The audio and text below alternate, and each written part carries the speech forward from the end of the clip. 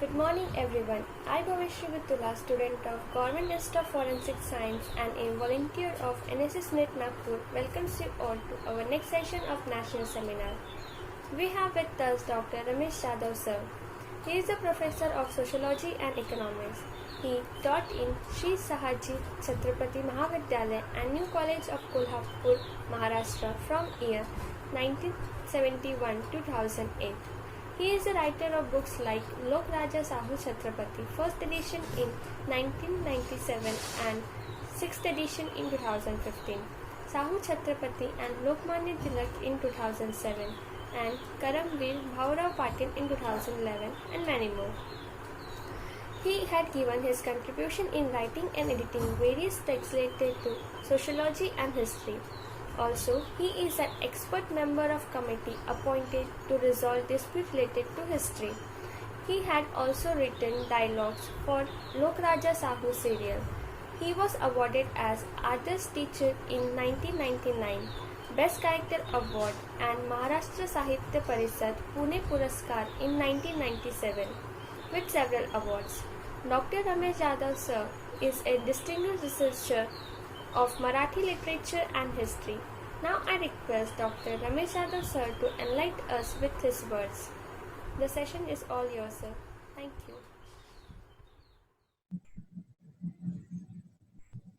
Government institute of forensic science यांच्या मार्फत national service स्कीमचं जे युनिट आहे त्या युनिट मार्फत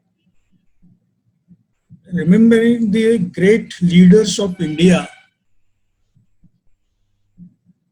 या विषयावर ही कार्यशाळा म्हणा किंवा आणखी काही त्याला कुठलंही नाव द्या ती भरलेली आहे. ही प्रथमच या government institute of forensic science जे आहे त्या संस्थेचे आणि मला ज्यांनी निमंत्रित केलं ते आदरणीय भोसले सर, त्यांच्याही संबंधी मी आभार व्यक्त करतो. आणि आपण सर्वजण जे सहभागी झालेले आहात, पार्टिसिपेट जे आहात, त्यांच्याही बाबत मी माझे आभार व्यक्त करतो. विषय मोठा गंभीर आहे, वेळेचं बंधन आहे, अनेक गोष्टी आहेत, पण माझ्या परीनं हा जो विषय आहे तो विषय मांडण्याचा मी प्रयत्न करतोय. एक तर 26 तारखेला येत्या 26 जूनला शाहूछत्रपतींची, राजश्री शाहूछत्रपतींची 146वी जयंती येते आणि त्यानिमित्तानं त्या महामानवाला मी अभिवादन करतो आणि माझ्या विवेचनाला मी सुरुवात करतो आहे.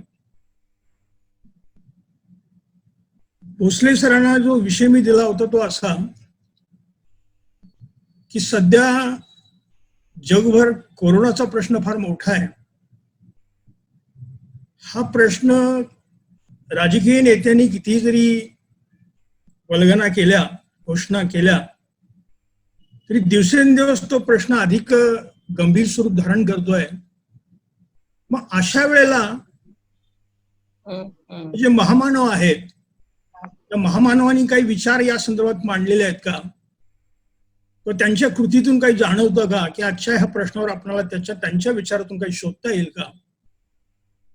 आणि त्यामुळे मी या तुमच्या ह्या कॉन्फरन्ससाठी विषय जो घेतला, नॅशनल कॉन्फरन्ससाठी, तो शाहू महाराजांनी त्यांच्या कोल्हापूर संस्थानामध्ये दुष्काळ आणि प्लेगाची साथ जी आलेली होती 1896, 97, 99 या 3 वर्षामध्ये त्यांनी जे प्रचंड काम केलं त्या दुष्काळाशी आणि प्लेगाशी जी लढत दिली किंवा ज्याला आपण डिझास्टर मॅनेजमेंट म्हणतो, आपत्ती काळातील व्यवस्थापन जे असतं, त्या व्यवस्थापन त्यांनी कसं केलं याच्यावर मी आज जास्तीत जास्त फोकस करणार आहे. एक तर आज या देशामध्ये किंवा संपूर्ण जगामध्ये म्हणा अनेक प्रकारचे प्रश्न, तर आज जगामध्ये सर्व देशामध्ये आपण म्हणू की अनेक प्रकारचे प्रश्न आहेत. ते आर्थिक आहेत, राजकीय आहेत, सामाजिक आहेत, सांस्कृतिक आहेत, धार्मिक आहेत, आरोग्य विषयक आहेत, संरक्षण विषयक आहेत. आणि याला आपला भारत देश अपवाद नाहीये. कोरोनाची साथ देशामध्ये पसरते आहे, गंभीर प्रश्न निर्माण होत आहेत, चीनच्या आक्रमणाची भीती तर आहे. नेपाळसारखा छोटासा देश देखील आज आपल्याला उठलेला आहे. अर्थातच तो चीनच्या पाठिंब्यावर बोलतोय की ज्या नेपाळला आपण सतत पाठिंबा दिला तो आजही आपल्या विरोधात बोलतोय. प्रश्न अनेक आहेत, पण त्याची उत्तरं असताना शोधताना तर डार्विन सारखी अवस्था होते की डार्विन शोधत असताना, मानवाची उत्क्रांती संबंधी शोध करत असताना प्रश्न त्याच्यासमोर इतके होते की नंतर त्याला आपल्यासमोर कोणते प्रश्न होते आणि कुठल्या प्रश्नांची उत्तरं शोधायची होती त्याला समजेना, तो गोंधळून गेला. तशी ह्या देशातल्या व्यक्तींची, राजकीय पुढाऱ्यांची, राजकीय नेत्यांची अवस्था झाली असं मला वाटतं. मग अशा वेळेला या प्रश्नांची उत्तरं हे जे महामानव या देशामध्ये होऊन गेले, त्या महामानवांनी जे काम केलं, त्यांनी जे विचार मांडले वेळोवेळी, त्या विचारातून आपण शोधू शकतो. आणि महामानवांचे विचार, त्यांचं कार्य हे कालातीत असतात. ते फार दूरदृष्टीने सगळा विचार करत असतात. आपल्या सुदैवानं किंवा आमच्या सुदैवानं शाहू छत्रपतींचा पत्रव्यवहार त्यांच्या जन्माच्या आधीपासून ते मृत्यूपर्यंत जवळजवळ 50,000 पत्र उपलब्ध आहेत. त्यांच्या ऑर्डर्स उपलब्ध आहेत. कोल्हापूर रेकॉर्ड ऑफिसला ही पत्र आहेत, दिल्लीमध्ये ही पत्र आहेत, मुंबईला ही पत्र आहेत. आणि डॉक्टर संघवे यांनी, की जे माझे शिक्षक होते महाविद्यालयामध्ये आणि विद्यापीठामध्ये, त्यांनी ही पत्र, हा सर्व पत्रव्यवहार डॉक्टर अप्पासाहेब पवारांची संस्था सुरू केली, शाहू इन्स्टिट्यूट. डॉक्टर अप्पासाहेब पवारांनी ह्या पत्रव्यवहारांचा पहिला खंड काढला. दुर्दैवानं त्यांचा मृत्यू झाला.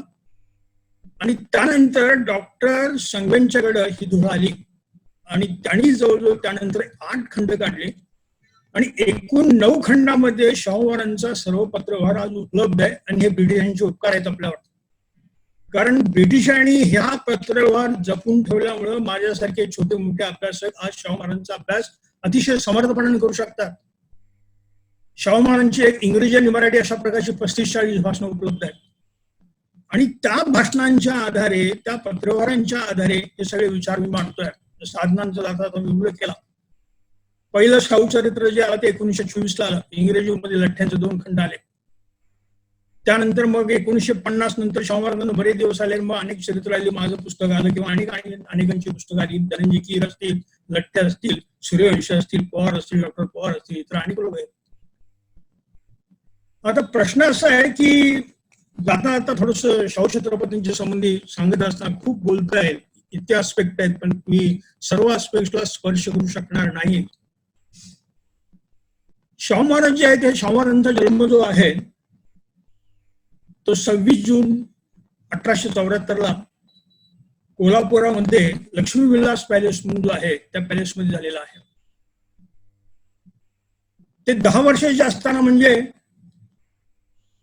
17 मार्च 1884 ला कोल्हापूरच्या गादीवर आलेले आहेत. ते मूळचे गाडगे घराण्यातले, काळगावची गाडगे घराणी, शाहू महाराजांची धाकटे भाऊजी आहेत, त्या तिकडून बापूसाहेब महाराज वगैरे, ती गाडी तिकडं. आणि 84 ला दत्तक आल्यानंतर 2 एप्रिल 1894 ला त्यांचा राज्याभिषेक झालेला आहे. आणि त्यावेळेला लोकमान्य टिळकांनी केसरीमध्ये त्या काळातल्या करवीर क्षेत्री कपिला षष्टीचा, राजकीय कपिला षष्टीचा योग नावाचा अग्रलेख केलेला आहे. आणि शाहू महाराजांना भरभरून काम तुम्ही करा वगैरे अशा प्रकारच्या शुभेच्छा टिळकांनी व्यक्त केलेल्या आहेत. मधला जो काळ आहे 94चा, म्हणजे 84 ला दत्तक आल्यानंतर 1889 ते 93 पर्यंत धारवाड, राजकोट या ठिकाणी त्यांचं शिक्षण झालेलं आहे. आणि शिक्षण होत असताना 2 वेळा उत्तर भारत आणि 1 वेळा दक्षिण भारत त्यांच्या सहली त्यांनी केलेल्या आहेत. सहलीमध्ये अनेक प्रकारचे विचित्र अनुभव येत आहेत. विशेषतः नाशिकमध्ये हे जे बडवे लोक असतात किंवा पुरोहित जे असतात, ते पुरोहित एखादा श्रीमंत माणूस आल्यानंतर त्याला तुम्ही माझ्याकडेच, तुम्ही तुमचं पौराहित्य हे आमच्याकडेच आहे, अशा प्रकारे त्यांना गुंगून टाकतात आणि त्या दोन भटजींच्या मध्ये किंवा दोन भटजी घराण्यांच्या मध्ये कशी भांडणं लागली आणि ती भांडणं महाराजांनी सांगितली मला कुणाकडेही करायचं नाही काम, म्हणजे हे आज धार्मिक विधी कुठल्याही प्रकारचं तुम्ही करणार नाही, तुम्ही इथून निघून जा. ते जिथं उतरले तिथं अनेक हे पुरोहितांची घराणे थांबलेले आहेत, तिथं आमच्याकडेच तुमची वंशावळ आहे आणि आम्हालाच तो अधिकार आहे. पुन्हा प्रयागमध्ये गेल्यानंतर असाच अनुभव येतोय की त्या ठिकाणी मणिरका नावाचं जे कुंड आहे त्या कुंडामध्ये तुम्ही स्नान करायचंय ते भटजी सांगतायत आणि महाराज त्या कुंडामधलं पाणी बघतात, जे गलिच्छ अशा प्रकारचं ते पाणी आहे ते सांगतात मी स्नान करणार नाही, इथं अजिबात स्नान करणार नाही, अशा गारड्या पाण्यामध्ये स्नान करणार नाही. हे जे पुरोहित लोक जे आहेत आपल्या स्वार्थासाठी आपल्या दक्षिणेसाठी आपल्याला भरपूर दक्षिणा मिळावी, पैसे मिळावेत यासाठी ज्या पद्धतीने भांडतात संघर्ष करतायत ते केवळ पुरुषार्थी आहेत. सहज थोडस विषांतर म्हणून मी आपल्याला सांगतो. आनंद साधले नावाचे मराठीमध्ये लेखक आहेत. मातीचं चूल नाव त्यांचा आत्मग्रंथ आहे आणि हे आनंद साधले प्रयागला आलेले आहेत, काशीमध्ये आलेले आहेत. हे पुरोहित त्यांच्या पाठीमागे लागले आहेत. काशीमधले जे बडवे लोक आहेत ते पुंडे लोक जे आहेत त्यांच्या पाठीमागे लागले आहेत की तुम्हाला गंगेत स्नान करायचं काय नाही, हे करायचं नाही काय, धार्मिक विधी करायचे नाहीत काय. ते आनंद साधले पुन्हा पुन्हा सांगतात मला कुठल्याही प्रकारचं धार्मिक विधी करायचं नाही आहे, मी इथं फक्त दर्शनाला आलेलो आहे, तुम्ही जा निघून जा. तरीही ते भटजी ऐकायला तयार नाही, ते पुरोहित ऐकायला तयार नाही, पाठ सोडत नाहीत. ते सांगतात की कशाला आलाय तुम्ही गंगेमध्ये, कशाला आलाय, कशासाठी आलाय. मग त्याने जे उत्तर दिलेलं आहे आनंद साठलेनी की मी गंगेमध्ये डॅश डॅश धुण्यासाठी आलेलो आहे. डॅश डॅश जे शब्द आहेत ते शब्द मी या ठिकाणी बोललं पार्लमेंटरी ठरणार नाही. म्हणजे हा तुम्ही गंगेचा अपमान, ते त्यांनी पुढे असं लिहिलेलं आहे की असं म्हटल्यानंतर त्या गंगेचा मी अपमान करतोय म्हटल्यानंतर त्या पुरोहिताने मला मारहाण करायला हवी होती, पण ते तसेच दुसऱ्या गिरायकाच्या पाठीमागे निघून गेले. हे पोटार्थ आहेत, ते केवळ पोटासाठी हे सगळं करतायत, त्याच्यामध्ये कुठल्याही प्रकारचे धार्मिक सद्गार किंवा धार्मिक हे काही प्रकार नाही, कानूनसाठी करतायत. तशाच प्रकारची भूमिका शौर्य छत्रपतींनी प्रयागला असेल नाशिकला असेल घेतलेली दिसते. आणि मग हे धार्मिक वर्चस्वाबाबत या पुरोहित वर्गाच्या वर्चस्वाबाबत मनामध्ये अतिशय तिरस्कार आहे, गुन्हा आहे आणि त्या पद्धतीने त्यांचं काम सगळं सुरू झालेलं आहे. 94ला ते गादीवर आले. गादीवर येण्यापूर्वी कोल्हापूर संस्थांचा त्यांनी दौरा केलेला आहे, संपूर्ण दौरा केलेला आहे. कुठे शाळा चालल्यात, कुठे काय आहे, कुठे काय शेतकऱ्यांच्या शेतामध्ये काय पिकतात, लोक कसे राहतात हे सगळं अगदी डोळे बघितलेलं आहे. कधी घोड्यावरून जात आहेत, कधी पायी जात आहेत. आणि त्यामुळे त्यांच्या लक्षामध्ये आलेले आहे की अजूनही आपल्या संस्थानामध्ये बऱ्याचशा गोष्टी आपल्याला करायला लागणार आहेत. अजूनही अस्पृश्यांच्या मुलांना शाळेबाहेर बसवलं जात आहे, त्यांना शाळेत प्रवेश दिला जात नाही, त्यांच्या शाळा वेगळ्या केल्या जात आहेत. सवर्ण मास्तर जो आहे तो छडी फेकून मारतोय, त्यांना जवळ करत नाही. आणि ही सगळे दृश्य बघितल्यानंतर या माणसाच्या मनामध्ये येते हे कुठेतरी आपण बदलायला हवं, हे कुठेतरी आपण बदलून टाकण्यासाठी आपण या गादीवर आलेलो. मग या ठिकाणी 96, 97, 94 2 एप्रिल 94 गादीवर आले आणि गादीवर आल्यानंतर 96चा पावसाळा तसाच कोरडा गेलेला आहे, पाऊस पडलाच नाही. दुष्काळाला सुरुवात झालेली आहे, लोकांना खायला अन्न नाही आहे, जमिनी सगळ्या वाळलेल्या आहेत, भेगा पडलेल्या आहेत, शेतकरी उदासपणे बघून आहेत, जनावर अक्षरशः हडे दिसत आहेत. लोक जनावर तशी सोडून देत आहेत. शेतकरी काही त्यांना म्हणजे घरामध्ये धान्य नाही, घरामध्ये म्हातारी कोतारी माणसं, आजारी माणसं जे त्यांना औषधं मिळत आहेत आणि सगळी परिस्थिती भयानक अशा प्रकारची परिस्थिती आहे. हे सगळं बघितल्यानंतर ह्या माणसाला असं वाटतं आता काय काय करायचं, या ठिकाणी आपण काय कुठले उपाय करायचे. 94चा दुष्काळ अशा प्रकारचा आहे की धान्याची किमती अक्षरशः गगनाला भिडलेले आहेत. एक पण ज्वारीचं पोतं जे आहे की जे ₹1 14 मिळत होतं त्याची किंमत ₹4.5 झालेली आहे. एक पानाचं पोतं जे आहे ज्वारीचं ₹1 जे मिळायचं, ₹2.25 गव्हाचं पोतं मिळत होतं त्याची किंमत ₹4.5 झालेली आहे. आणि साधारणपणे तांदूळ जो आहे तांदळाची किंमत साधारणपणे ₹3 इतकं पोतं होतं, ते देखील ₹4-4.5 झालेलं आहे. लोकांना धान्य विकत घेणं परवडत नाही, हे सगळं घडत आहे. लोक उपाशी कुठे आता हालाल होत आहेत. मग शाहू महाराजांनी निर्णय घ्यायला सुरुवात केली आहे. पहिला निर्णय त्यांनी घेतला. काय निर्णय घेतला म्हणजे डिझास्टर मॅनेजमेंट काय हा या राजाने केले हे तुमच्या लक्षात येईल की पहिला निर्णय त्यांनी असा जर घेतला तर असा घेतला की व्यापाऱ्यांची बैठक बोलवली आहे आणि व्यापाऱ्यांना आव्हान केलेलं आहे की तुम्ही तुमच्याकडचा साठा जो आहे तो साठा आता खुला करा.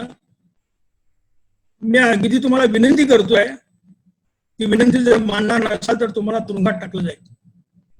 व्यापाऱ्यांनी साठे आपले दाखवले आणि त्यांना सांगितलं की तुम्ही ज्या पद्धतीनं धान्य ज्या पैशानं खरेदी केले, ज्या किमतीला खरेदी केले त्याच किमतीनं विकायचं आहे. व्यापाऱ्यांनी कोल्हापुराचं ते मान्य केलेलं आहे. येणारा तोटा कोल्हापूर दरबार मार्फत दिला जाईल, त्या पद्धतीनं कोल्हापूर दरबार मार्फत तो तोटा त्यांना व्यापाऱ्यांना भरून दिला जातोय. हा पहिला उपाय त्यांनी केला. दुसरा उपाय असा की व्यापाऱ्यांना सांगितले की तुम्ही काही पैसे गोळा करा आणि पैसे गोळा केले. व्यापाऱ्यांनी 9,000 रुपये त्याचं धान्य आणलेलं आहे आणि ते अतिशय कमी किमतीला विकायला सुरुवात केलेली आहे. पुन्हा व्यापाऱ्यांनी सुरुवात केल्यानंतर ते धान्य पुरत नाही म्हटल्यानंतर म्हैसूर सरकारकडून महाराजांनी धान्य मागवलेलं आहे. त्यानंतर ब्रिटिश सरकारला आव्हान केलं की आम्हाला काही धान्याचा पुरवठा करा. ब्रिटिशांच्याकडून काही धान्य घेतलेलं आहे आणि या पद्धतीने स्वस्त धान्याचं दुकान काढलेलं आहे. स्वस्त धान्य दुकानामध्ये लोकांना कमीत कमी किमतीमध्ये धान्य वाटप केलं जात आहे. हा दुसरा उपाय त्यांनी केला. तिसरा उपाय असा केला की जनावरं सोडून दिली जात आहेत. शेतकऱ्यांना त्यांना चारा खाण्यासाठी नाहीये, त्यांच्यासाठी छावण्या उघडलेल्या आहेत आणि छावण्या उघडून त्या ठिकाणी त्या जनावरांना पोटभर चारा दिला जातोय.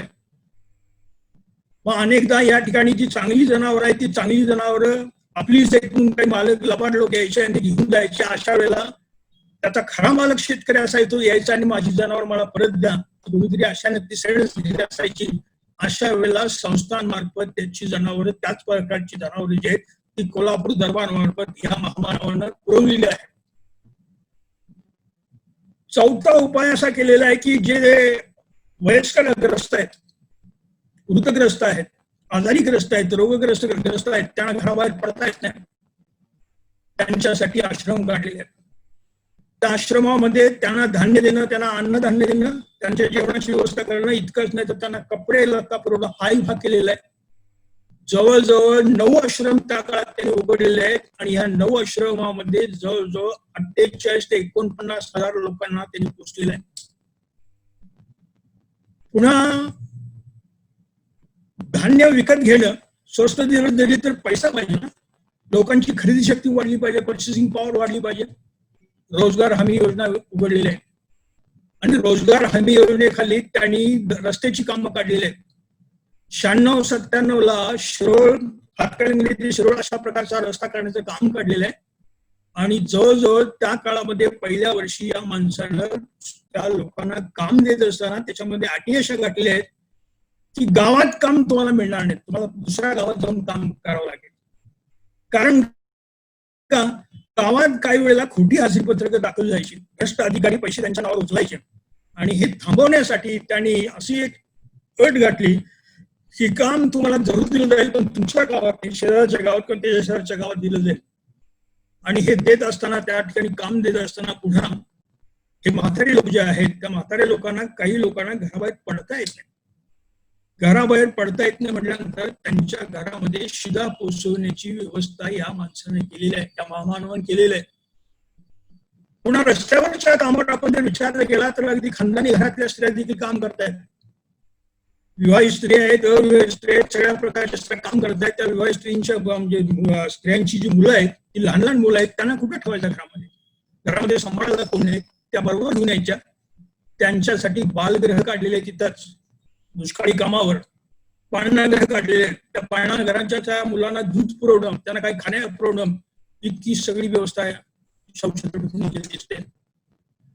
आणि एकदम मग हे जे काम आहे हे काम असं चालू झालेलं आहे आणि 97-98 मध्ये त्यांनी हे जे रस्त्याचं काम जे आहे त्या रस्त्याचा रोजगार हमी योजनेच्या खाली नावाचं काम जे केलेलं आहे ते जवळजवळ 1.5 लाख रुपये त्या कामामध्ये खर्च केलेला आहे. आणि या पद्धतीनं दुष्काळावर मात करण्यासाठी या सगळ्या गोष्टी केल्या जात आहेत.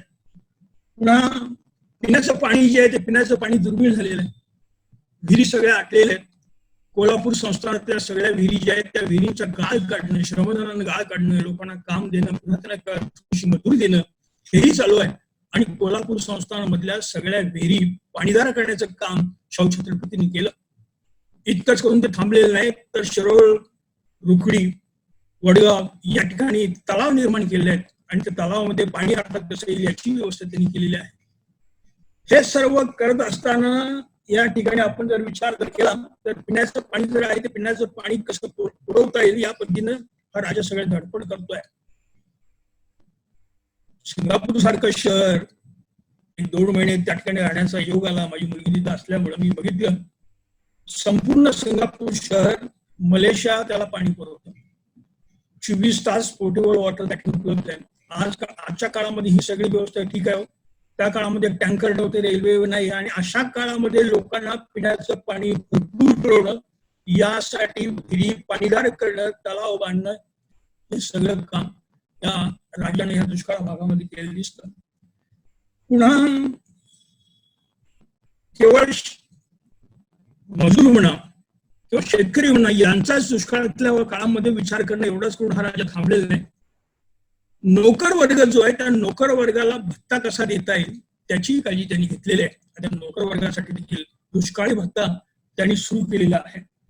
म्हणजे इथं आपण जर विचार केला तर अनेक मार्गाने हा राजा ह्या दुष्काळावर मात करण्याचा प्रयत्न करतोय. संस्थांच्या मालकीची जंगल आहे. तो ब्रिटिशांचं राज्य आल्यानंतर फुलेंनी देखील, महात्मा फुलेंनी देखील लिहून ठेवलेलं आहे की ब्रिटिशांनी त्या जंगलांच्यावर अनेक प्रकारची बंधनं घातलेली आहेत. जंगलामध्ये जनावरं चरण्यासाठी बंधनं घातलेले आहेत. फुले तर त्याच्यावर अक्षरशः राखण उठले. त्याने गुलामगिरी असेल किंवा शेतकऱ्याचा असूड असेल त्याच्यामध्ये खूप लिहिलेलं आहे. यांनी काय केलं तर जंगलामध्ये देखील आपली सरकारी मालकीची जंगलं जी आहेत ती लोकांना खुली केलेली आहे. तुम्हाला काय जे हवं असेल जे काय मिळते ते घ्या, तुमची जनावर चरण्यासाठी सोडा, हे सगळे हा राजा करतोय.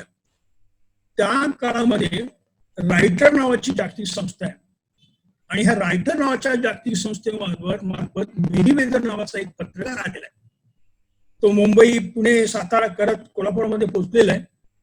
शाहू महाराजांची त्यांनी मुलाखत घेतलेली आहे आणि शाहू महाराजांनी अनेक प्रकारचे प्रश्न दुष्काळ संबंधी विचारलेले आहेत.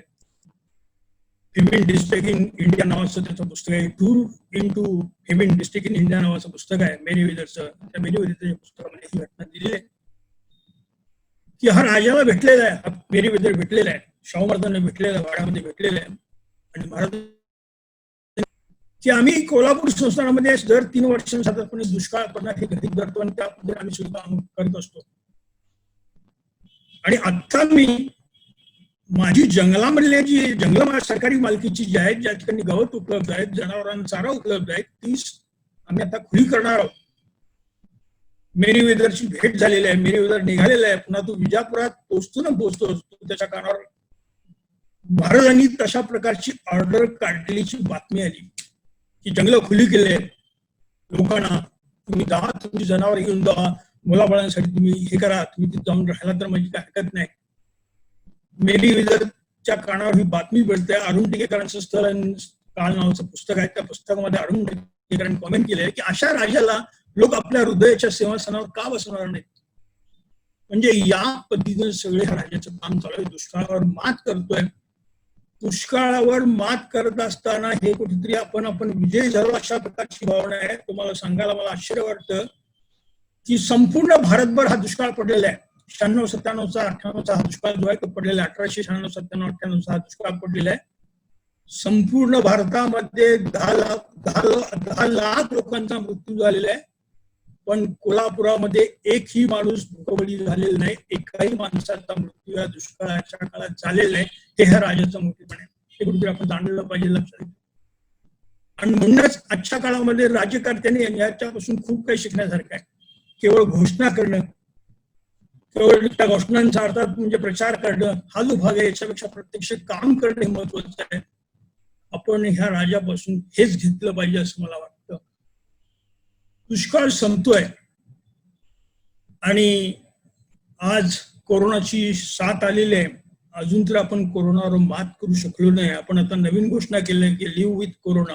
काही नाही, आता कोरोनाचा सहज जगायचं अशा प्रकारे आपण थोडस सरेंडर झालं. कुठेतरी आपण माघारी आलो म्हणा किंवा आपण शरण जातो म्हणा. अजून तर आपण त्याच्याबाबत आपण काही विजय प्राप्त करू शकलो नाही. प्लेगाची साथ आलेली आहे. 1898ला ची साथ आलेली आहे. 1898-99च्या दरम्यान. आणि ही साथ आल्यानंतर महाराजांनी काही निर्णय घेतलेले आहेत. या माणसाचं मला आश्चर्य वाटतं की 10 डिसेंबर 1898 त्यांनी एक माहिती पत्रक प्रसिद्ध केलेलं आहे की प्लेग आता हा जे प्लेगाचे उंदीर जे आहेत ते उंदीर कसे नष्ट करायचे,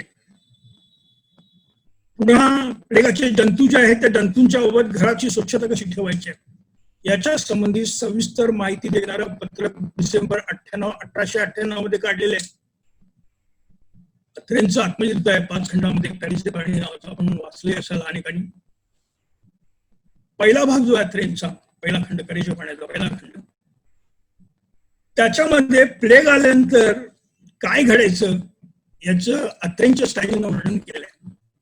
अत्रे अतिशयोक्तीनं अनेक गोष्टी सांगायचे, कारण त्यांची बोलण्याची पद्धत अशी होती. खंडाळा, मी गमत पण सांगतो थोडंसं विषयांतर, खंडाळ्याला आमच्याकडे एक भजीवाला होता, अत्रे सांगतायत, तो दररोज 10,000ची भजी विकायचा. आता त्या काळामध्ये 10,000ची भजी ही अत्रेंची स्टाईल आहे, तो भाग सोडून द्या.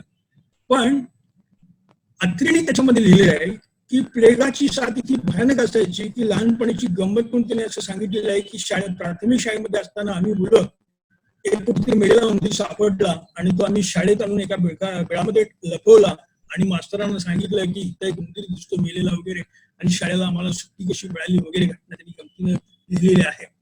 साधारणपणे गणेश चतुर्थी झाली की प्लेग यायचा असं दिसतं, प्लेगाचे उंदीर हातात यायचे. आता मग याच्यावर काय काय केलं महाराजांनी? एक तर त्या काळामध्ये 1898च्या काळामध्ये प्लेगावरची कोणत्याही प्रकारची लस उपलब्ध नव्हती. त्याच्यावर उपाय असा असायचा की एक राहतं घर जे आहे ते राहतं घर सोडून आपल्या रानात किंवा शेतात राहायला जाणं हा मार्ग असायचा. अर्थातच शेतामध्ये प्रत्येकाचं घर असणं किंवा झोपडी असणं असा प्रकार प्रत्येक शेतकऱ्यांच्या बाबत असतो अशातला भाग नाही. 17 गावामध्ये प्लेगाची साथ आलेली आहे आणि प्लेगाची साथ आल्यानंतर महाराजांनी त्या गावातल्या लोकांना तुम्ही आता तुमच्या रानात तुमच्या शेतात राहायला जा अशी ऑर्डर काढलेली आहे. हे लोक गेल्यानंतर त्या ठिकाणी घर बांधण्यासाठी लागणारे बांबू जे आहेत, तट्टे जे आहेत, हे सगळं त्यांना पुरवलेलं आहे. पाण्याची व्यवस्था, पिण्याच्या पाण्याची व्यवस्था केलेली आहे. आणि तिथं या प्रकारची व्यवस्था केल्यानंतर पुन्हा हे जी गावं प्लेगग्रस्त आहेत, ही जी 17-18 गाव आहेत, त्या गावाकडून जर एखादा माणूस कोल्हापूर शहरामध्ये येत असेल तर त्याच्यासाठी क्वारंटाईन कॅम्प काढलेला आहे. त्या क्वारंटाईन कॅम्प मध्ये त्यानं 3 ते 4 दिवस राहायचं आहे आणि त्यानंतर कोल्हापूर शहरात प्रवेश करायचा आहे. हे त्या काळामध्ये हा राजा करतोय.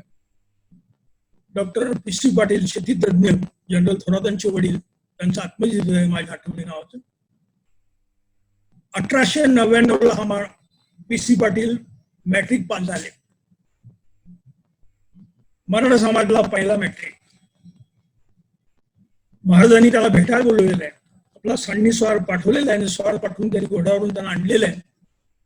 आणि आणल्यानंतर तिथले अधिकारी त्यांना वरती सोडायला 15 महाराज थांबलेले आहेत.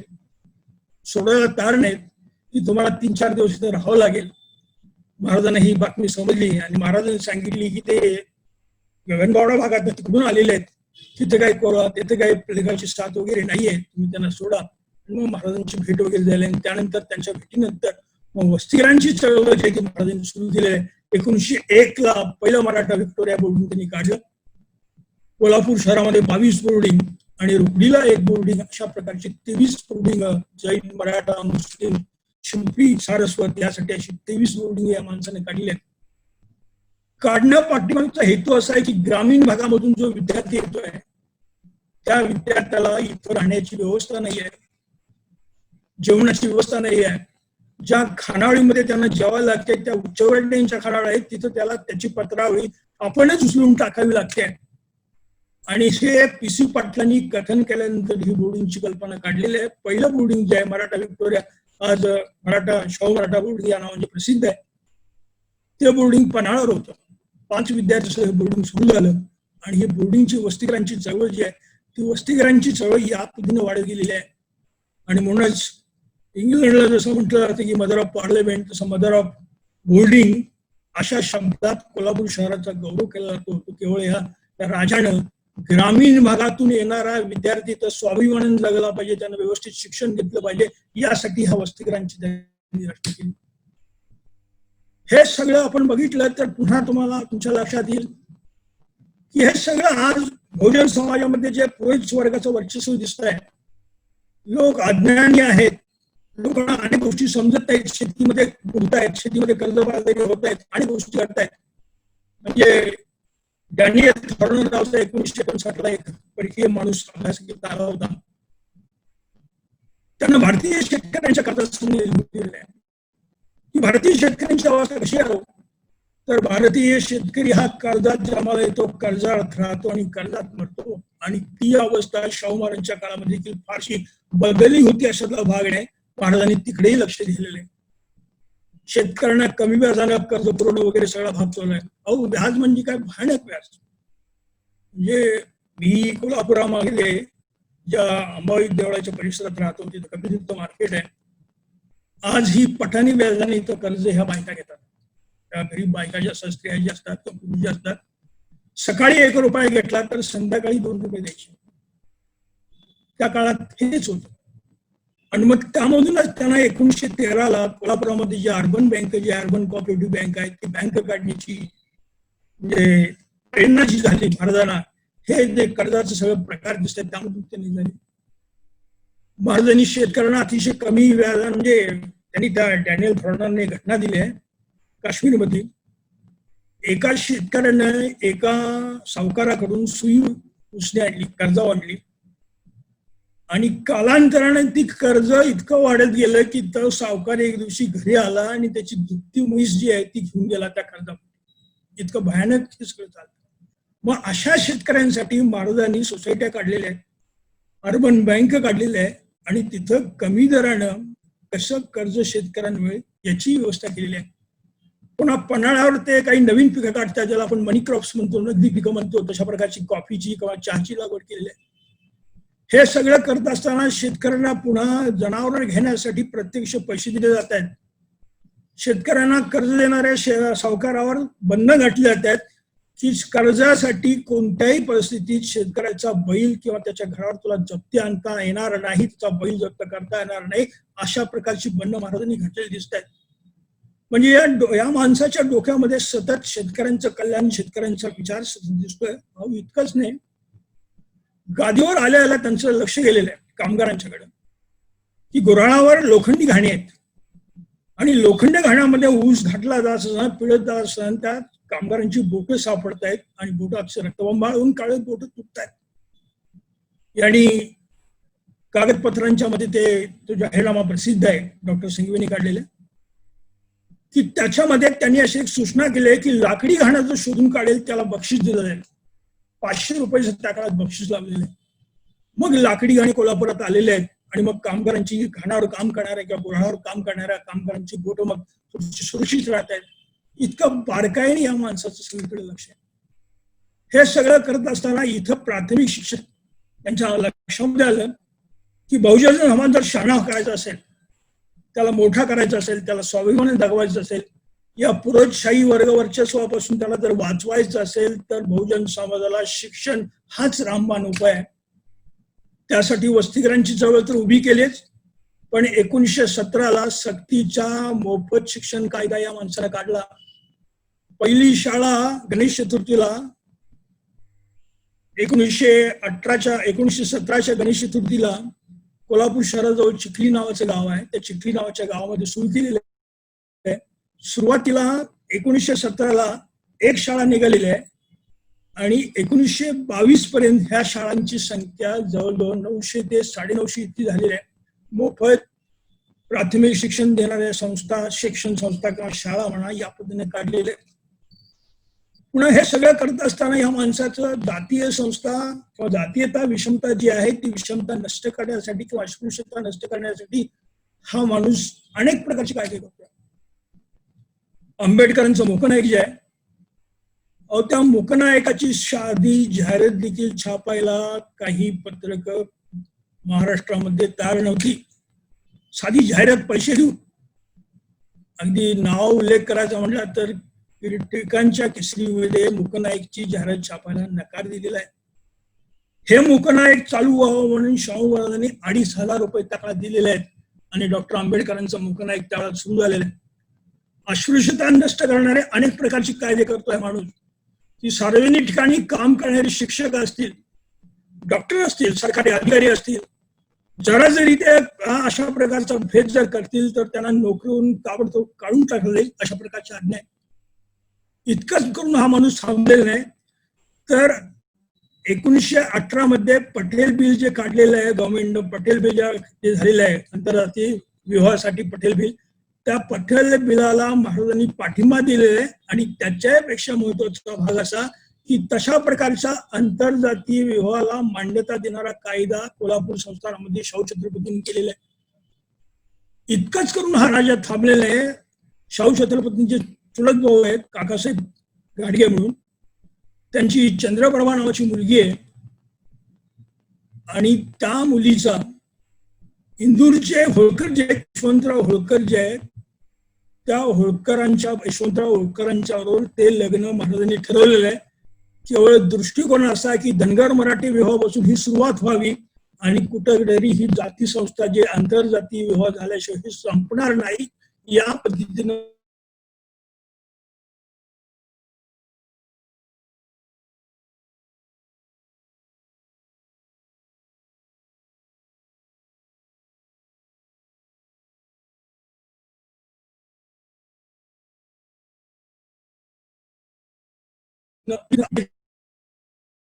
A4 साईज 1350 पानाचं पुस्तक 100 दुर्मिळ फोटो त्याच्या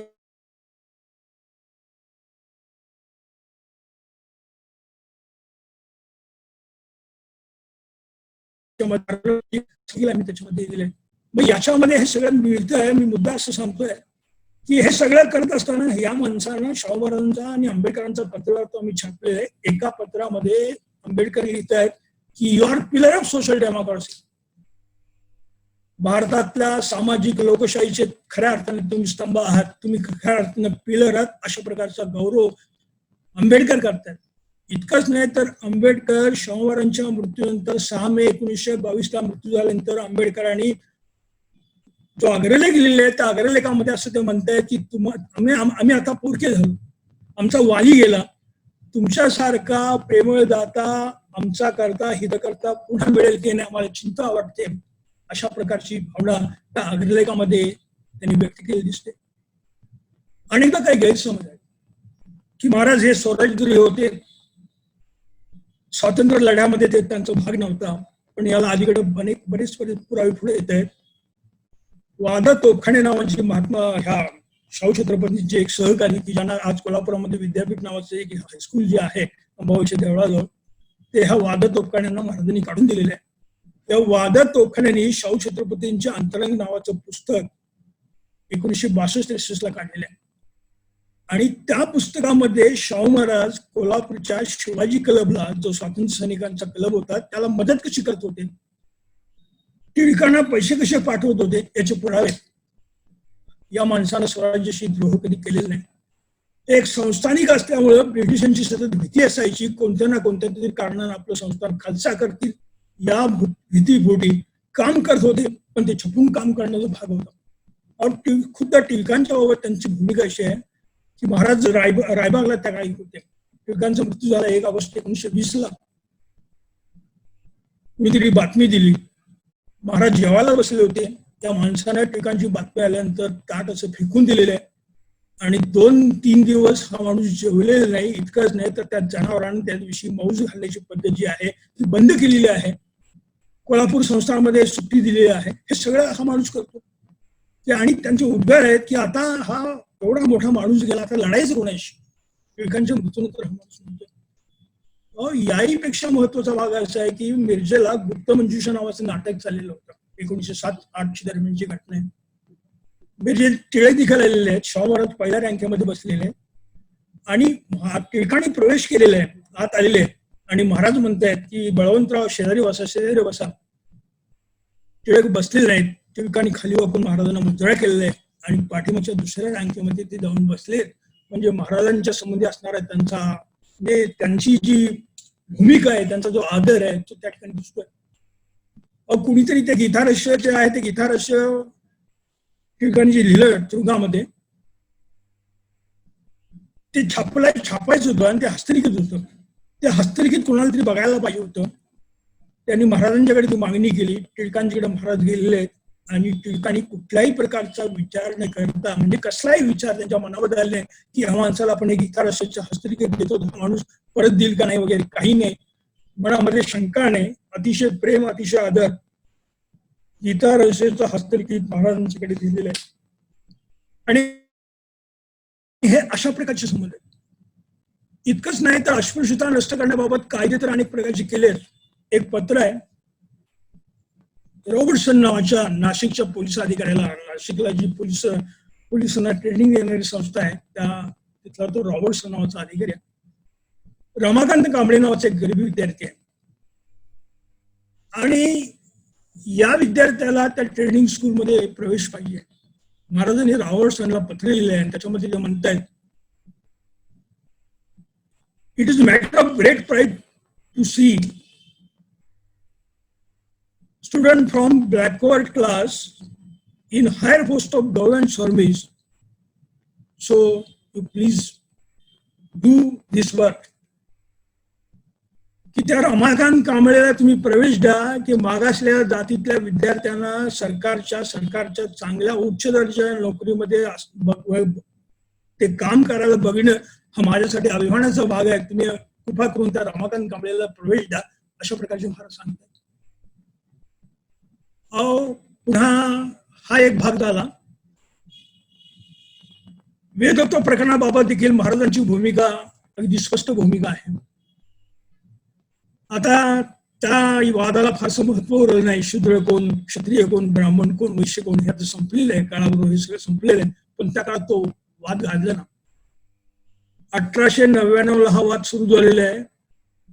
नारायण भटजी राजोपाध्ये जे आहेत त्या राजोपाध्यांच्यावर नारायण भटजी जो काम करतोय तो सांगतोय की तुम्हाला आम्ही कार्तिक महिन्यामध्ये पंचगंगावर जाऊन स्नान करण्याची पद्धत. महाराज स्नान करण्यासाठी त्या थंडीमध्ये उभा राहिलेले आहेत. 25 वर्षांचा तरणा वाण माणूस उभा राहिलेला आहे. राजा भटजी असा काठावर उभा आहे, अंगावरची मळकी कपडे तशीच आहेत. बाजूला राजाराम शास्त्री भागवत आहेत, महाराजांचे मेहुणे खानविलकर आहेत, धाकटे भाऊ बापूसाहेब महाराज ही सगळी मंडळी आहेत. आणि राजाराम शास्त्री भागवत म्हणतायत त्या भटजीला, अरे तू स्नान तर कोणाच्या अंगावर मळकी कपडे तशीच दिसत आहेत. तो उर्मटपणे काहीतरी बोलतोय. पुन्हा तो तसाच उतरलेला आहे. महाराज स्नान करतायत आणि स्नान करत असताना हा नारायण भटजी वेदोक्त मंत्राऐवजी पुराणोक्त मंत्र म्हणतोय. आणि पुराणोक्त मंत्र म्हणल्यानंतर राजाराम शास्त्री भागवताची त्या लक्षामध्ये येत आहे आणि त्या राजाराम शास्त्री भागवत त्यांना विचारत आहेत त्या भटजीला, नारायण भटजीला, की तुम्ही कुठले मंत्र म्हणताय? तर तो म्हणला, मी पुराणोक्त मंत्र म्हणतोय. अहो, शाहू छत्रपती क्षत्रिय आहेत आणि तुम्ही कसे काय पुराणोक्त मंत्र म्हणताय? तर त्यानं असं उत्तर दिलेलं आहे की राजश्री शाहू छत्रपतींना आम्ही शूद्र मानतो आणि शूद्रांसाठी पुराणोक्त मंत्र असतात, वेदोक्त मंत्र म्हटले जात नाहीत, तेव्हा मी याच पद्धतीनं मंत्र म्हणणार. महाराजांनी संयम पाळलेला आहे, अतिशय संयम पाळलेला आहे, ते सगळं थांबवलेलं आहे. आणि 1899 नंतर मात्र हा वेदोक्त चळवळ जी आहे, ते वेदोक्त चळवळ 1905 पर्यंत चाललेली आहे. त्यानंतर याचा निर्णय महाराजांच्या बाजूला लागलेला आहे. अगदी 125 ब्राह्मण आपल्या सायानुसार, म्हणजे शंकराचार्यांच्या सायानुसार महाराजांना पत्र दिलेलं आहे की तुम्ही क्षत्रिय आहात, तुमची विधी वेदोक्त पद्धतीने झाले पाहिजेत वगैरे, अशा प्रकारचा हा वाद पेटलेला आहे. 1908 एक पत्र आहे, फेरिसला लिहिलेलं पत्र आहे शाहू महाराजांचं. तर टिळकांनी थोडीशी त्या वेदोक्त प्रकरणाबाबत भूमिका विचित्र घेतलेली आहे आणि ही विचित्र भूमिका श्रीम माटेन सारख्या माणसाला देखील आवडलेली नाही. त्यांचं चित्रपट नावाचं आत्मचरित्र आहे, त्याच्यामध्ये श्रीम माटे लिहित आहेत की टिळकांनी थोडीशी वेदोक्ताबाबत भूमिका जरा चांगली घेतली असती, उचित अशा प्रकारची भूमिका घेतली असती, तर महाराष्ट्रामध्ये ब्राह्मणेतर वाद पेटला नसता. टिळकांनी असं केल्यानंतर की छत्रपती जे आहेत त्या छत्रपतींनाच फक्त वेदोक्ताचा अधिकार, तेच तेवढे क्षत्रिय आणि बाकीचे त्यांचे भाऊ जे आहेत ते शूद्र वगैरे. आता याला काही फारसं आज महत्व उरलं नाही, पण त्या काळातल्या गोष्टी त्या आहेत. मग त्यानं विचारलं महाराजांनी एकदा की मी छत्रपती म्हणून मला तुम्ही क्षत्रिय म्हणतात, माझ्या भावाला किंवा माझ्या बाकीच्या लोकांना कुटुंबाने तुम्ही शूद्र म्हणतात, उद्या एखादा मुस्लिम जर छत्रपती झाला तर तुम्ही त्याला वेदोक्ताचे अधिकार देणार आहात का? त्या ठिकाणी उत्तर असं दिलेलं आहे की ते त्या काळात ते ब्राह्मण ठरवतील, तेव्हा बघ, आता मी काही सांगू शकत नाही. आणि अशा पद्धतीने हे ठिकाणचं उत्तर जे आहे हे फेरिसलेल्या एकाच्या पत्रामध्ये शाहू महाराजांनी नमूद केलेलं आहे. वेदोक्त प्रकरण हे आता संपलेलं आहे, काळाबरोबर ह्या सगळ्या गोष्टी संपलेल्या आहेत, पण त्या काळामध्ये हे सगळं घडलं आणि त्याच मग पुढे ताई महाराज प्रकरण जे आहे, त्या ताई महाराज प्रकरण ही प्रतिक्रिया आहे, महाराजांनी त्याच्यावर बाजू घेणं वगैरे हे ज्या घटना घडल्या हे सगळं सांगण्याचा इतका वेळ नाही. जाता जाता एक शेवटचा मुद्दा मी सांगतो, आणि तो असा की मुस्लिम ऐक्याबाबत काय भूमिका आहे, हिंदू मुस्लिम ऐक्याबाबत त्यांची भूमिका काय आहे. एकतर शिवछत्रपती आणि औरंगजेब किंवा आदिलशाह असेल, निजामशाह असेल, गोळकोंडाचा कुतुबशाह असेल, यांच्याबरोबर जो संघर्ष आहे हा संघर्ष विशेषतः औरंगजेबाबरोबर असणारा संघर्ष जो आहे, तुम्ही या देशामध्ये परके आहात आणि आम्ही इथले आहोत, येत्या दिवशी आहोत, हा संघर्ष हिंदू मुस्लिम अशा प्रकारचा नाही, ही शिवाजी महाराजांची भूमिका आहे.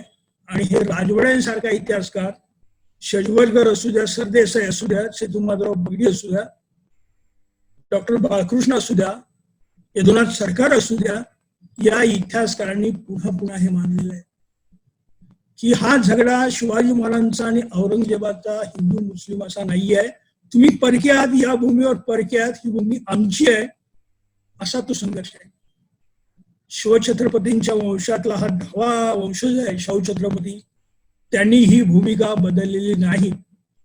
शिवछत्रपतींच्या बाबत जर आपण जर विचार केला तर माधुरी मेहतार आहे, किती नाव सांगू, अफजल खानाच्या वधाला जात असताना इब्राहिम खान नावाचं 10 लोक जे आहेत महाराजांच्या संरक्षणासाठी, त्यामध्ये एक मुस्लिम आहे, तोफखान्याचा प्रमुख मुस्लिम आहे, अरमानाचा प्रमुख मुस्लिम आहे, मादाने मेहतार आहे, किती नाव सांगता येतील, न्यायाधीश मुस्लिम आहे, महाराजांचं चित्रकार मीर कासिम नावाचे चित्रकार मुस्लिम आहे.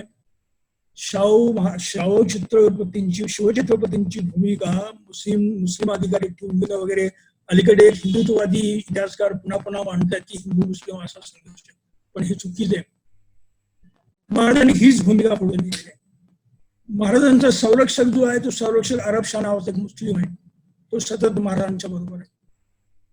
1894ला महाराज जेव्हा गादीवर आले, म्हणजे राज्याभिषेक जेव्हा झाला, पुण्यामध्ये सत्कार झालेला आहे आणि कुणी केलेला सत्कार, सार्वजनिक सभेनं हा सत्कार केलेला आहे. महाराजांना मानपत्र दिलेलं आहे आणि ते मानपत्र नामदार गोपाळकृष्ण गोखलेंनी वाचलेलं आहे आणि महाराजांनी त्याला उत्तर दिलेलं आहे. नुकताच मुंबईमध्ये हिंदू मुस्लिम दंगा झालेला आहे की महाराज म्हणतात अशा प्रकारचे दंगे आपण थांबवले पाहिजेत. या देशावर हिंदूंच्या इतकाच मुसलमानांचा अधिकार आहे, हे आपण विसरता कामा नये. आणि त्याच पद्धतीचे त्या भाषणामध्ये महाराजांनी उद्गार काढलेले आहेत. त्यानंतर मुस्लिम बोर्डिंग काढलेलं आहे, मुस्लिम बोर्डिंग मध्ये मुस्लिम विद्यार्थ्यांनी शिकलं पाहिजे यासाठी हा माणूस काम होतोय. त्याच्या पुढे जाऊन या माणसाने ह्या रायबागला सूतगिरणी काढलेली आहे आणि एक 40 कुटुंबांना काम दिलेलं आहे त्या सूतगिरणीमध्ये, त्याच्यामधली 20 कुटुंब मुसलमानाचे आहेत. पुन्हा त्याच्यापेक्षा महत्वाचा भाग असा की कोरोनाचं भाषांतर करून घेत आहेत आणि कोरोनाचं भाषांतर करण्यासाठी त्या काळामध्ये महाराजांनी जवळजवळ 25,000 रुपये खर्च केले. हिंदू मुस्लिम ऐक्य यासाठी या माणसानं शेवटपर्यंत प्रयत्न केलेले आहेत आणि म्हणूनच आज कोल्हापुरामध्ये अशा प्रकारचा संघर्ष दिसत नाही. अनेकदा अशा प्रकारचे प्रयत्न होतात पण ते प्रयत्न इथं हरून पाडले जातात. त्याला कारण असते की महाराजांनी हा विचार दिला, तो विचार आज कोल्हापूरपर्यंत जपलेला आहे. म्हणजे हिंदू मुस्लिम ऐक्याबाबत आपण जर विचार जर केला किंवा वेदोक्त प्रकरणाबाबत विचार जर केला तर डॉक्टर आंबेडकर आणि शाहू महाराज यांचे संबंध, शाहू छत्रपती आणि लोकमान्य टिळक यांचे संबंध, या सगळ्या गोष्टींचा विचार जर केला तर शाहू छत्रपती आपण जर विचार जर केला तर हा मानव व्यक्ती स्वातंत्र्याला महत्व देतोय. स्वातंत्र्य, समता आणि बंधुत्व याचा हे जे सूत्र जे आहे हे सूत्र म्हणा किंवा समतेचा झेंडा 1894 पासून ते 6 मे 1922 पर्यंत म्हणजे 28 वर्ष माणसानं जो राज्यकारभार केला, त्या 28 वर्षाच्या कालावधीमध्ये या माणसानं आपल्या खांद्यावर जो समतेचा झेंडा खांद्यावर घेतलेला आहे तो अखेरपर्यंत त्यांनी खाली ठेवलेला नाही. ते कुठे मानावं लागेल, हे कुठे लक्षात ठेवावं लागेल. कोणाला आता एक शेवट सांगतो की बऱ्याच वेळा महाराजांच्या धिप्पाडपणासंबंधी कोल्हापुरामध्ये अनेक कथा आहेत, बाहेरी कथा त्या पसरलेल्या आहेत. पुन्हा दुसरा एक मुद्दा असा असतो की त्यांच्या लैंगिक जीवनाबाबत देखील काहीतरी घाणेरडे विनोद केले जातात. 1906चं फेरिस लिहिलेलं एक पत्र आहे, फेरिस नावाचा अधिकारी, आणि अशीच काहीतरी कोल्हापूरमध्ये चर्चा सुरू आहे आणि ब्रिटिशांनी याच्यामध्ये लक्ष घालावं असं ते सांगतायत. ते इंग्रजी पत्र आहे. त्या इंग्रजी पत्रामध्ये फेरिस यांनी लिहिलेलं आहे की हे जे प्रकरण सध्या कोल्हापुरामध्ये चर्चा करतायत त्या प्रकरणाची चौकशी करण्यासाठी तुम्ही एक कमिशन नेमा, एक समिती नेमा, आणि या समितीमध्ये माझे जे विरोधक मानले जात आहेत, राजकीय विरोधक, टिळक असतील, अशिंकर असतील, ही जी मंडळी आहेत, तोफखाने वगैरे, म्हणजे हे तोफखाने नाही, विजापूरकर जे समर्थ नावाची जी मालिका चालवायचे, पत्रक वगैरे चालवायचे, ते हे जे लोक आहेत त्या लोकांना तुम्ही या समितीत घ्या आणि माझी जाहीर चौकशी करा. आणि या समितीला जर मी दोषी ठरलो तर हे राज्य सोडायला, हे सिंहासन सोडायला मी तयार आहे असा माणूस सांगतो.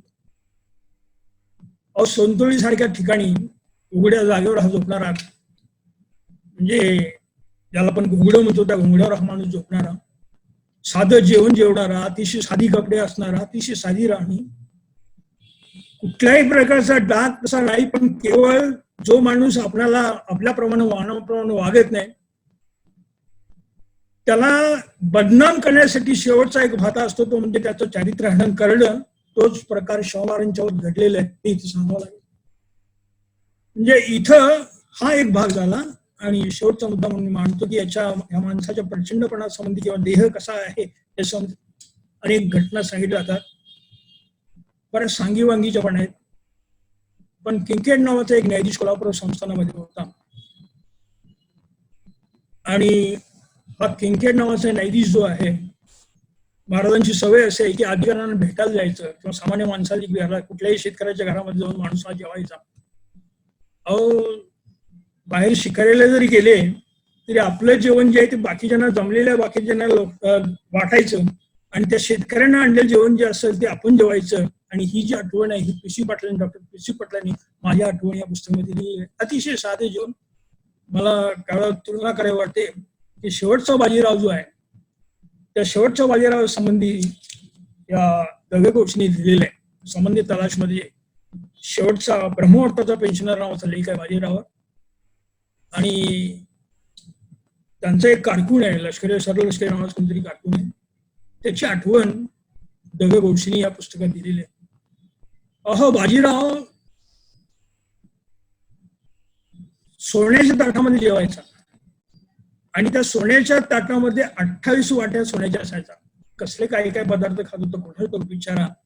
आणि मग इथं कुठेतरी ह्या पेशव्यांचं हे राहणं आणि या माणसाचं राहणं याची तुलना केली तर हा माणूस किती साधेपणा राहत होता हे लक्षामध्ये येतं. शिवाजी महाराजांचं म्हणजे बंडखोर शिवाजी नावाचे पुस्तक आहे, रेवेल शिवाजी, रेवेल शिवाजी नावाचे पुस्तक आहे. त्या लेखकाने त्याच्यामध्ये तोही किंकेडच की महाराज फक्त डाळ भात आणि तूप आणि जास्तीत जास्त दुधाचा वापर शिवाजी महाराज याच पद्धतीने जेवायचे, साधं जेवण, आणि तेही एक वेळा जेवायचे.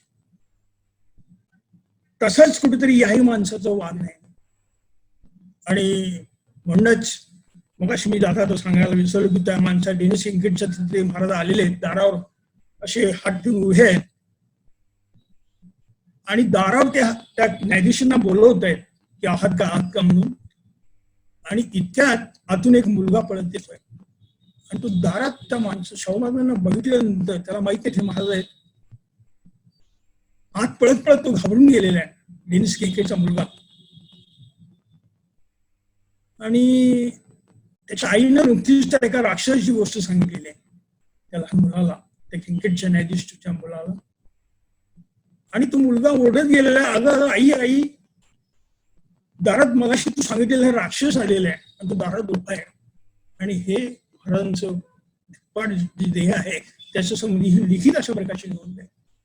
6.5 फूट उंच हा माणूस, कपडे अतिशय साधे घालणं, उघड्यावर झोपणं, सुंतळीला किंवा रजपूतवाडी जी आहे कोल्हापूर जवळ तिथं साधा आहार, हे सगळं आहे. म्हणून असं वाटतं हे सगळं बोलत असताना सांगत असताना की आज विषय मला आपण दिला की डिझास्टर मॅनेजमेंट कशा प्रकारची असते,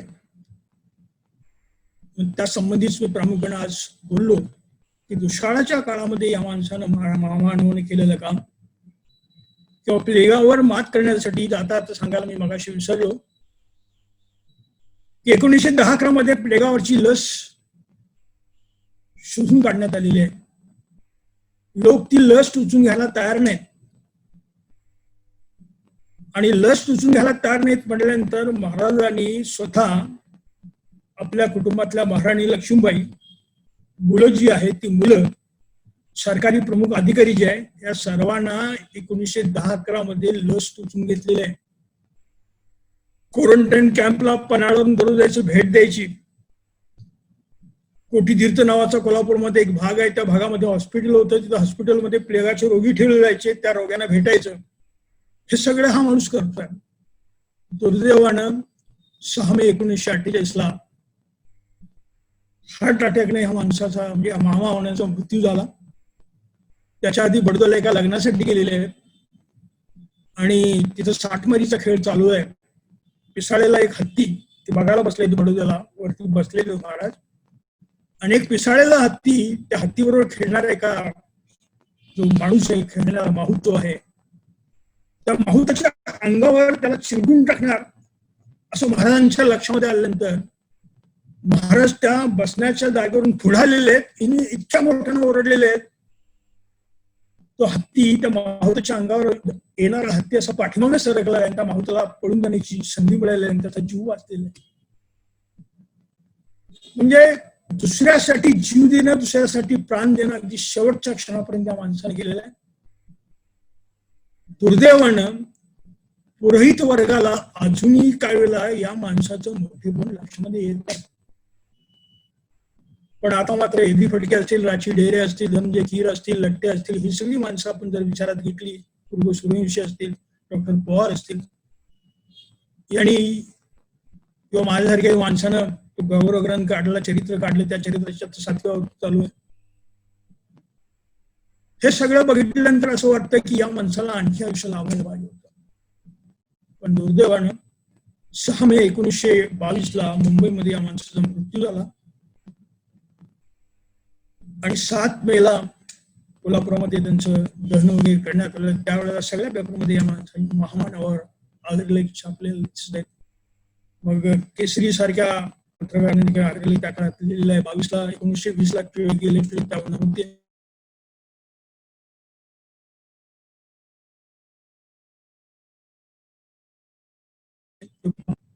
डिझास्टर मॅनेजमेंट कशा प्रकारची असू शकते याच्यावर बोलण्याची संधी आपण मला दिली. याबद्दल आपण पार्टिसिपेट आमचे मित्र, तरुण मित्र भोसले सर, या संस्थेचे चालक, या सर्वांचे मनपूर्वक आभार म्हणून मी आपली रजा घेतो. धन्यवाद.